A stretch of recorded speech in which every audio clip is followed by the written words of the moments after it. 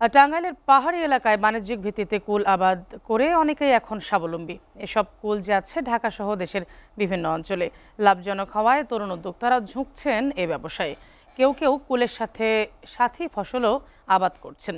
পৃষ্ঠপোষকতা পেলে এসব কুল রপ্তানি করা সম্ভব হবে বলে মনে করছেন সংশ্লিষ্টরা। টাঙ্গাইল থেকে আহমেদ রাসেলের পাঠানো প্রতিবেদন। করোনাকালে এ এলাকার শিক্ষার্থীদের অনেকেই বেকার সময় কাজে লাগাতে কুল আবাদে ঝুঁকে পড়েন। সেই থেকে তাদের আর পেছনে ফিরে তাকাতে হয়নি। চলতি মৌসুমে টাঙ্গাইলে ৫০০ হেক্টর জমিতে কুলের আবাদ হয়েছে। আবহাওয়া ভালো থাকায় পাহাড়ি এলাকার সখীপুর, ঘাটাইল, মির্জাপুর ও মধুপুরের বিস্তীর্ণ অঞ্চলে এবার কুলের ভালো ফলন হয়েছে। এসব কুল যাচ্ছে ঢাকাসহ দেশের বিভিন্ন অঞ্চলে। সখীপুরের নামদারপুরের তরুণ উদ্যোক্তা ইলিয়াস হোসেন এখন কুল চাষিদের কাছে মডেল। তাকে অনুসরণ করে অনেকেই ভাগ্য পরিবর্তনের স্বপ্ন দেখছেন। এখানে আমাদের 4টি ভ্যারাইটি কুল আছে, টক কুল, টক মিষ্টি, ভারত সুন্দরী এবং বল সুন্দরী কুল।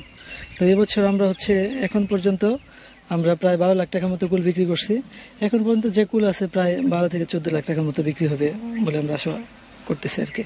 ইলিয়াসের দেখা দেখি আরও অনেকেই কুল আবাদের প্রতি ঝুঁকছেন। এসব বাগানে কাজ করে কর্মসংস্থানের সুযোগ সৃষ্টি হয়েছে অনেকের। কোভিডের সময় আমরা বাড়িতে বসে থাকি, তখন আমরা এই কুলের আবাদটা করি।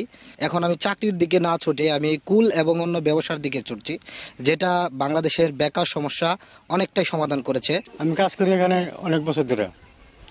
আমার বেতন দেয় মোটামুটি 20,000 টাকা।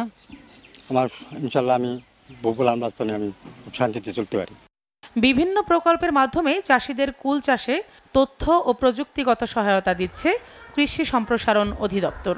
এই সমস্ত বাগান স্থাপন করার ক্ষেত্রে আমরা যে সমস্ত নতুন জাতগুলো আছে আমরা এগুলো বিভিন্ন জায়গা থেকে আমরা এগুলো কালেকশন করে তাদেরকে প্রথমে ইন্ট্রোডিউস করেছি এবং এতেই তারা দেখা গেছে যে তারা মার্কেট ভ্যালু ভালো পেয়েছে এবং সে থেকেই কিন্তু তারা এগুলোকে আরও পরবর্তীতে সম্প্রসারণ করেছে এবং অন্যান্য কৃষকদেরকে এটা তারা এক্সটেনশনে তারা কাজ করেছে আর কি।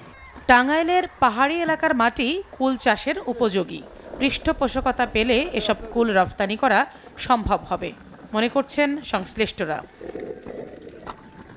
SATV news desk.